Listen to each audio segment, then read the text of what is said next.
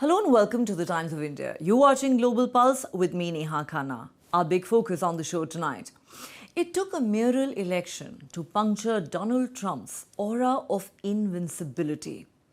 Zohran Mamdani braved MAGA Republicans' racist, bigoted and Islamophobic attacks to script history, becoming New York City's first Muslim and Indian origin mayor, also its youngest. Trump has been bitterly opposing Mamdani, even calling him a 100% communist lunatic. And the president is clearly not amused by the 34-year-old Democratic Socialist's historic win and the fact that he decisively defeated the candidate who Trump had endorsed. Reacting to Mamdani's victory speech, Trump said, "I thought it was a very angry speech, certainly angry towards me, and I think he should be very nice to me. You know, I'm the one who has to approve a lot of things coming to him, so he's off to a bad start." For 1,000 years, communism has not worked. Communism or the concept of communism has not worked.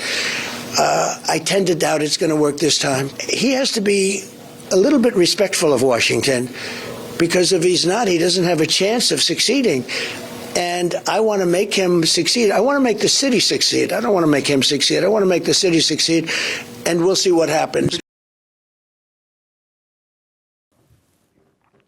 Hours after Mamdani mocked Trump in his fiery victory speech, where he directly addressed the president and said, "I know you're watching, turn the volume up," Trump blamed the government shutdown for the electoral defeat of the Republicans in New York, Virginia, New Jersey, and elsewhere.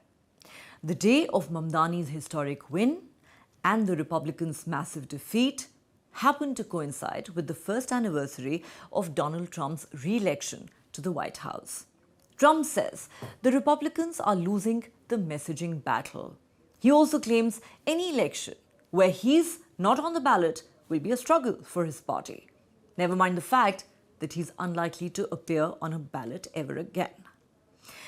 Trump lashed out at his party leaders, accusing them of being too silent about what he calls the economic accomplishments of his term, including the new factories being built and new jobs being created. Well, that's how he put it.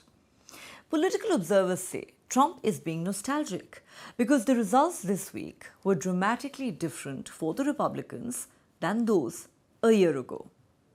Trump wrote on Truth Social, and I quote, "Happy anniversary on this day.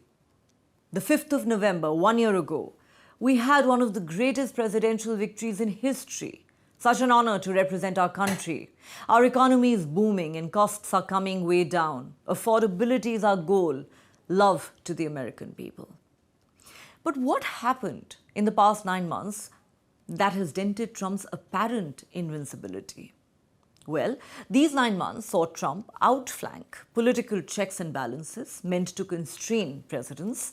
He launched trade wars and slapped tariffs on countries including India, carried out airstrikes on Iran, and alleged drug cartels in Venezuela.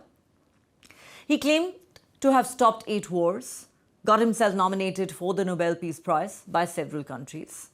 Alas, the peacemaker president, as the White House calls him, failed to win the coveted prize.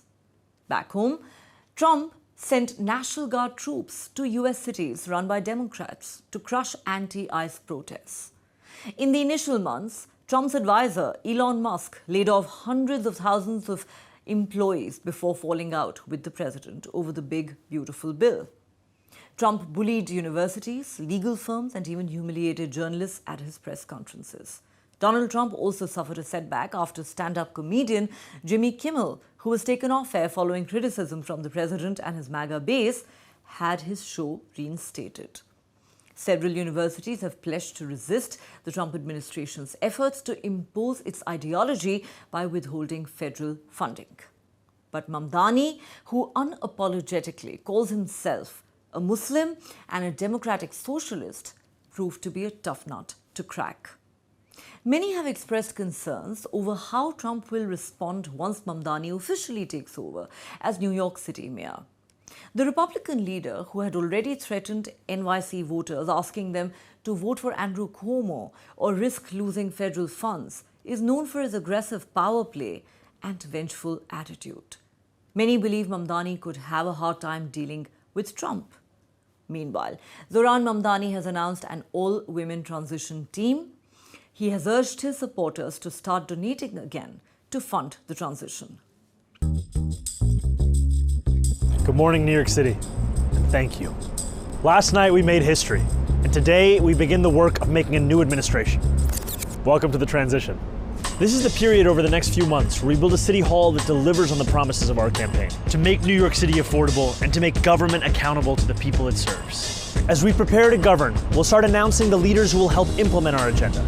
People like deputy mayors who oversee entire areas of government and the commissioners who carry out the critical work of city agencies. These appointments will be driven by excellence, integrity, and a hunger to solve old problems with new solutions. Talking to organizers on the front lines of the fight to improve our city, government veterans with proven track records, policy experts from around the country and the world, and working people who know better than anyone what our neighborhoods deserve. And this will be a period, like the campaign we ran and the city hall to come, defined by transparency. Because New Yorkers deserve a government they can trust. On January 1st, I will be your mayor. New Year's Day and a new era for this city. Oh, and one more thing. Remember how I told you a few months ago to stop sending us money? You can start again. This transition requires staff, research, and an infrastructure that can meet this moment. And it will be made possible by the people who built and believe in this movement. So I hope you'll make a donation at transition2025.com. Now let's get to work.